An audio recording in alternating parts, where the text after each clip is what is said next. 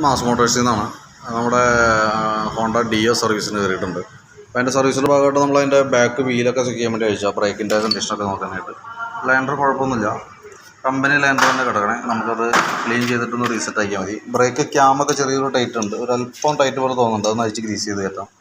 പിന്നെ ബെൽറ്റിൻ്റെ സൈഡ്, അതായത് ക്ലച്ചിൻ്റെ മറ്റേ ഭാഗത്ത് ഇപ്പോൾ ക്ലച്ച് ബെൽറ്റ് ആ ഭാഗമൊക്കെ ചെക്ക് ചെയ്യാൻ വേണ്ടിയിട്ട് അയച്ചാണ്. ഇപ്പോൾ നിലവിലെ ക്ലച്ചിലൊക്കെ കുഴപ്പമൊന്നുമില്ല. നമ്മൾ കറക്റ്റായിട്ട് സർവീസ് ചെയ്യണതുകൊണ്ട് തന്നെ വേറെ പറയത്തക്ക വേറെ കംപ്ലൈൻ്റ് ഒന്നുമില്ല കേട്ടോ. അതായത് വേരിയൻ്റ് ബോഡിയിൽ ഒരല്പം പ്ലേ തുടങ്ങിയിട്ടുണ്ട്, പക്ഷെ എന്നാൽ പോലും നമുക്ക് നെക്സ്റ്റ് സർവീസ് വരെ നമുക്ക് ഓടിക്കാം, കുഴപ്പമില്ല.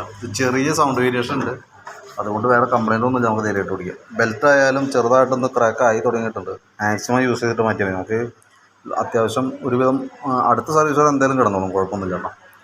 പിന്നെ അതിൻ്റെ എയർ ഫിൽറ്ററൊക്കെ ആയാലും നമ്മൾ നാളെ പുതിയതിട്ടാണ്, ഒരുപാട് പഴക്കമായുള്ള കമ്പനി ഫിൽറ്ററാണ്, ഒരു കുഴപ്പമില്ല.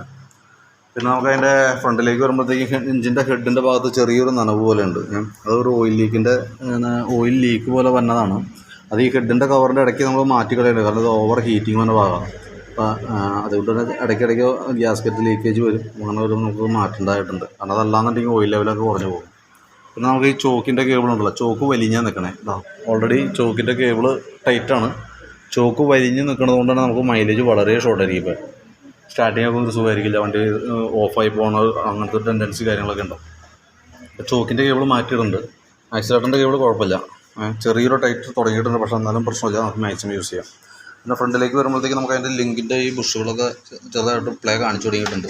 അത് അതിൻ്റെ ഉള്ളിൽ ഉള്ള കോളർ ബുഷ് മാത്രം മാറ്റിടാം. കോളർ ബുഷ് എന്ന് പറഞ്ഞാൽ ഇതേപോലത്തെ മെറ്റലിൻ്റെ, അത് നമുക്ക് മാറ്റിയിടാം. ഇതിൻ്റെ ഉള്ളിൽ ഫൈബർ ടൈപ്പ് ഉണ്ട്, അത് നമുക്ക് നെക്സ്റ്റ് പിന്നീട് കംപ്ലൈൻറ്റ് വരാണെങ്കിൽ അപ്പോൾ നമുക്ക് ചെയ്താൽ മതി, പരമാവധി യൂസ് ചെയ്യാൻ നമുക്ക് കിട്ടാം, എന്നിട്ട് മാറ്റി. അതേപോലെ ആ ബ്രേക്കിൻ്റെ ഒരു കേബിൾ ഔട്ടർ വലിഞ്ഞു പോയിട്ടുണ്ട്, അതായത് LH കോമ്പി ബ്രേക്കിൻ്റെയാണ്, അത് നമുക്ക് മാറ്റിയിടേണ്ടതായിട്ടുണ്ട്. കാരണം അതല്ലെങ്കിൽ ഫ്രണ്ട് ബ്രേക്കൊക്കെ ജാം ആവാനുള്ള ചാൻസ് കാര്യങ്ങൾ കൂടുതലാണ്. സ്പീഡോമീറ്റർ ഓൾറെഡി വർക്കിംഗ് അല്ല, അത് നമുക്ക് കേബിൾ ഇത് മീറ്റർ കേബിളാണ്, മീറ്റർ കേബിൾ മാറണം. ഈ വീലിൻ്റെ ഉള്ളിലുള്ള പ്ലാസ്റ്റിക്കിൻ്റെ ഗിയറാണത്, അതും തേമാനമുണ്ട്, അപ്പോൾ അതും നമുക്ക് മാറ്റിയിട്ടേക്കാം.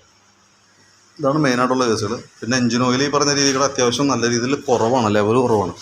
അപ്പോൾ ഓയിൽ ലെവൽ മാറേണ്ട ടൈം ആയിട്ടുണ്ട്, കാരണം അത് സ്റ്റിക്കിനകത്തൊന്നും നമുക്ക് കിട്ടുന്നില്ല. ഓയിൽ വളരെ അടിയിലായിട്ടാണ് കാണുന്നത്, അപ്പോൾ ഓയിൽ കൂടി കൂടുതൽ മാറ്റിയിട്ടേക്കാം. അപ്പോൾ ഇത്രയും കേസാണ് നമുക്ക് വന്നത്. അപ്പോൾ അത് കഴിഞ്ഞാകുമ്പോഴത്തേക്കും വിളിക്കാം, എന്തെങ്കിലും വൈകുന്നേരം ആവും, ഒരു 7 മണി 7:30 ആവട്ടെ തീരുമ്പോഴത്തേക്കും.